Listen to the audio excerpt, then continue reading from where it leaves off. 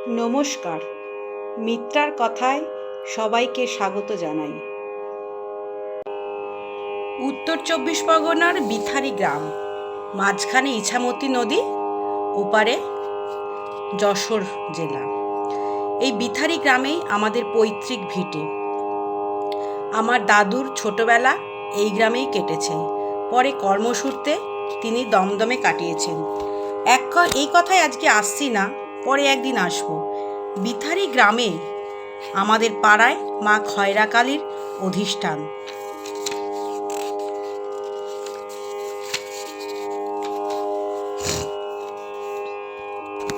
বংশ পরম্পরায় এই দেবীর পুজো করে আসছেন আমাদের পরিবার। এই হচ্ছে মা খয়রা কালীর মন্দির। ইনি মা খয়রা কালী। রটন্তী কালী পুজোর দিন বড় করে এখানে উৎসব পালন করা হয়।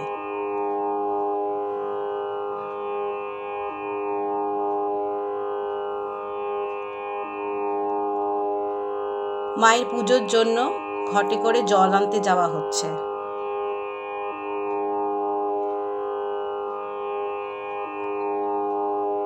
মায়ের ঘাটটা একটু লক্ষ্য করে দেখবেন, মাথাটা একটু ডান দিকে ঘোরানো।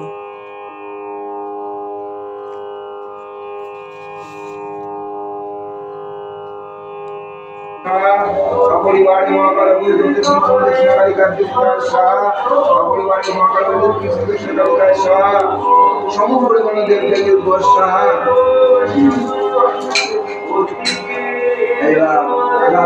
রটন্তী কালী পুজোর দিন যে যজ্ঞ হয়েছিল, সেই যজ্ঞটাই আপনাদের সামনে তুলে ধরলাম। মায়ের পুজো কমপ্লিট, এরপরে যজ্ঞ হচ্ছে।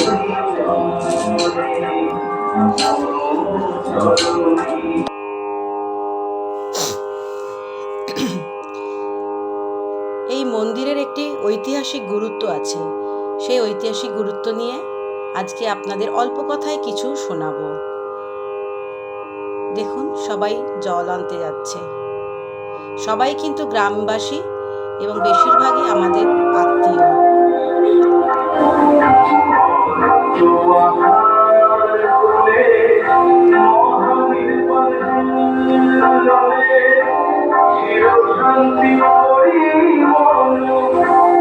লোকমাতা রানী রাসমণিও একসময় এসেছিলেন আমাদের এই গ্রামে। তার ছোট কন্যা জগদম্বা বিয়ে হয়েছিল এই গ্রামেরই এক যুবকের সাথে।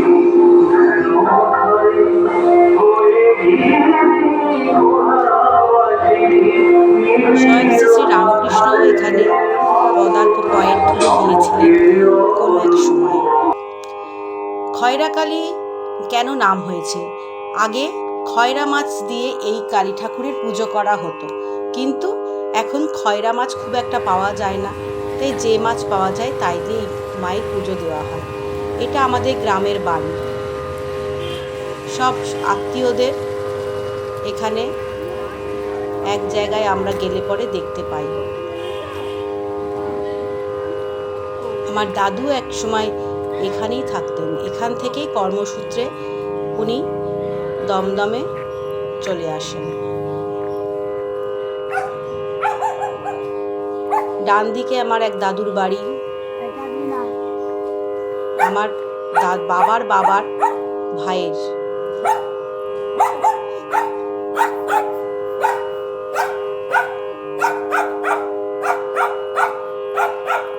ডান দিকে ফাঁকা জায়গাটাতে আগে একটা বড় পুকুর ছিল, এখন আস্তে আস্তে সেটা ছোট হয়ে গেছে।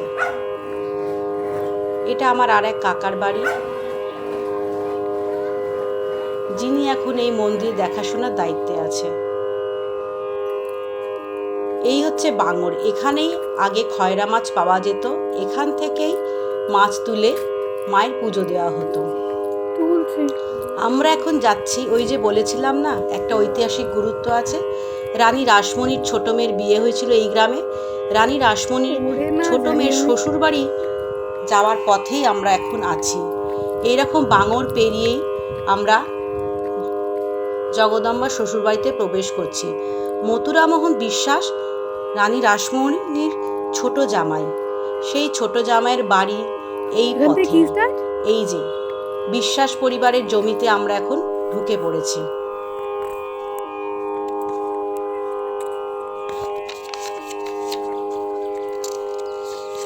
ভালো লাগছে কি না বলুন একটু ইতিহাস নিয়ে আলোচনা করতে?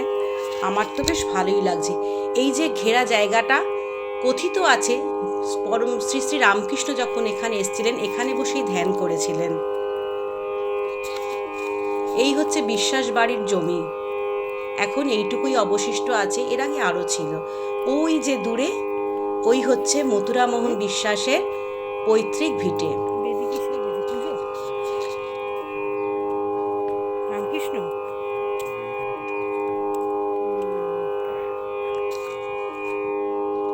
আমি এই গ্রামের মেয়ে, এই নিয়ে সত্যি আমার কিন্তু খুব গর্ব হয়।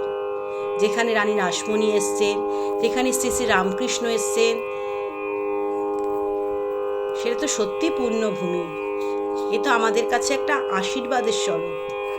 আমরা এখন এগোচ্ছি।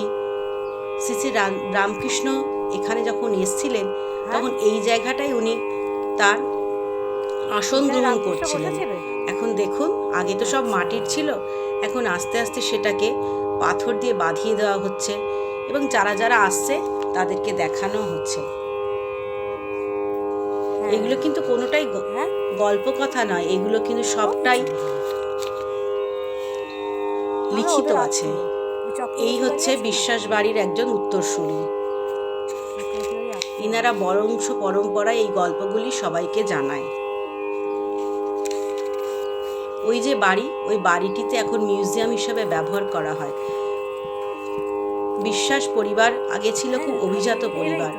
এই পরিবারের ব্যবহৃত প্রচুর জিনিস এই মিউজিয়ামে রাখা আছে।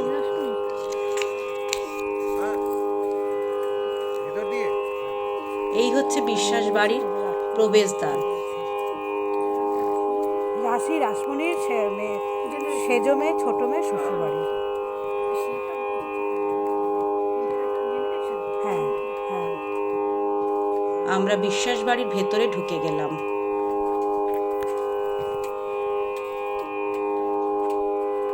এখন ওনারা বংশ পরম্পরায় এখানে থাকে।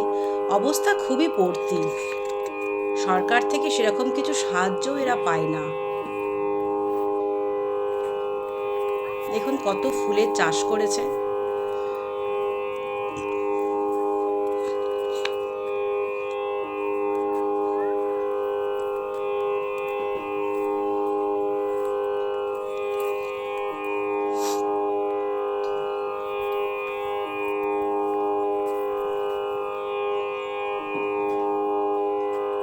আমরা চক্রবর্তী বাড়ি আত্মীয়। পশুপতি চক্রবর্তী ছিল না? ইনি একজন বিশ্বাস বাড়ির উত্তরসূরি। ওনার সঙ্গে দাঁড়িয়ে দাঁড়িয়ে আমি বিশ্বাস বাড়ির গল্প শুনছিলাম এবং ওনাকে জিজ্ঞেস করলাম উনি আমার দাদুকে চেনেন কিনা, কারণ পাশেরই তো পাড়া। উনি বলেন হ্যাঁ চেনেন, তবে এখন সেরকম ভাবে কিছু মনে রাখতে পারেন না, বয়স হয়েছে তো। বয়স্ক লোকেরা দেখবেন তাদের ছেলেবেলাকার গল্পগুলো মনে রাখতে খুব ভালোই পারেন। উনি আমাকে থাকতে বলেছিলেন ওদের বাড়িতে, কিন্তু আমাদেরও তো আবার কলিকাতা ফিরে আসতে হবে, তাই আর কি থাকা হলো না। একটু গল্প শুনে, বিশ্বাস বাড়ির পুরনো গল্প শুনে আমরা বাড়ির পথে রওনা হলাম। আমার বাবা যেমন এই বাড়ির এই বংশের 14 ভদ্রলোকের ব্যবহার এত ভালো, আতিথেয়তা এত ভালো, সত্যি মন ভরে গিয়েছিল। দেখুন কি সুন্দর গল্প বলছে আমাদেরকে। রাস্তা পাকা, আমাদের মেন রাস্তা ওই ওই যে দেখা যাচ্ছে না, ওখান থেকে সোজা ওই রাস্তায় গিয়ে ওখান থেকে ঘুরিয়ে শ্মশানের ওখান থেকে সবাইকে বলি আপনাদের গল্প, সবাইকে বলি আপনাদের সঙ্গে আমাদের যে পাশাপাশি আর প্রতিবেশীর মতন, সে গল্প সবাইকে বলি আমাদের ওখানে। হ্যাঁ, আমার দাদু হয়। হ্যাঁ, একবার গেছেন ওই সিনেমা দেখতে কলকাতায় গিয়ে তো সিনেমা দেখতে হচ্ছে রাসমণি বই হচ্ছে একটা, তা রাসমণি বই দেখি, তারপর যখন ওই গঙ্গায় সেন্ট টেনিছে, সেই সেন্ট ওই ব্রিটিশ আমলে সেই কোম্পানির বন্ধ করে দিল, সেই মথুরবাবুর যে ভূমিকা, তারপর গঙ্গার ঘাট বাঁধা যাচ্ছে না, তখন উনি বলেন মা গঙ্গার ঘাট তো বাঁধা আছে না, তা রাসমণি বলছেন কি গঙ্গার ঘাট বাঁধিব আছে, সোনা গলায় দিলেও হবে না। তাই তখনই আওয়াজ উঠেছে, তাই ওই গঙ্গার ঘাট বাঁধে।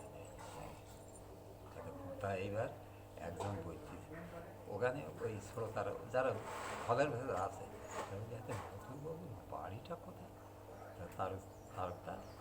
তারকদার বলি ডাকে, তারকা বলছি আমার বাড়ির ভাষা। তার মানে তা বলছি আপনার বাড়ি কোথায়?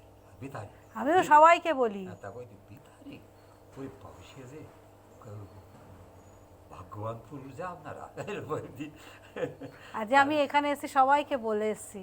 তাই ওর জন্য ওই বিতারিটা খুব নাম। হ্যাঁ, মথুরবাবুর জন্যই তো এত এখানকার জনপ্রিয়তা। আর ওই ঠাকুরের ছিলেন, হ্যাঁ সেই সময় আছে স্মৃতি কোনো হ্যাঁ। বাড়ি ঘর কেউ যাচ্ছে খুশি।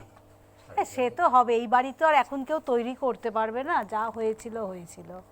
না করতে পারবে, তো ওই নকশা কোনো গেলে ওই সামনে যে নকশা হ্যাঁ, ওইগুলো এখন ওইগুলো কেউ করতে পারবে না এখন আর। তোমরা দাঁড়ায় দাঁড়ায় থাকতো না, বসে না দেখি, বসলে তো দেখা হবে না। আয় ভাবি।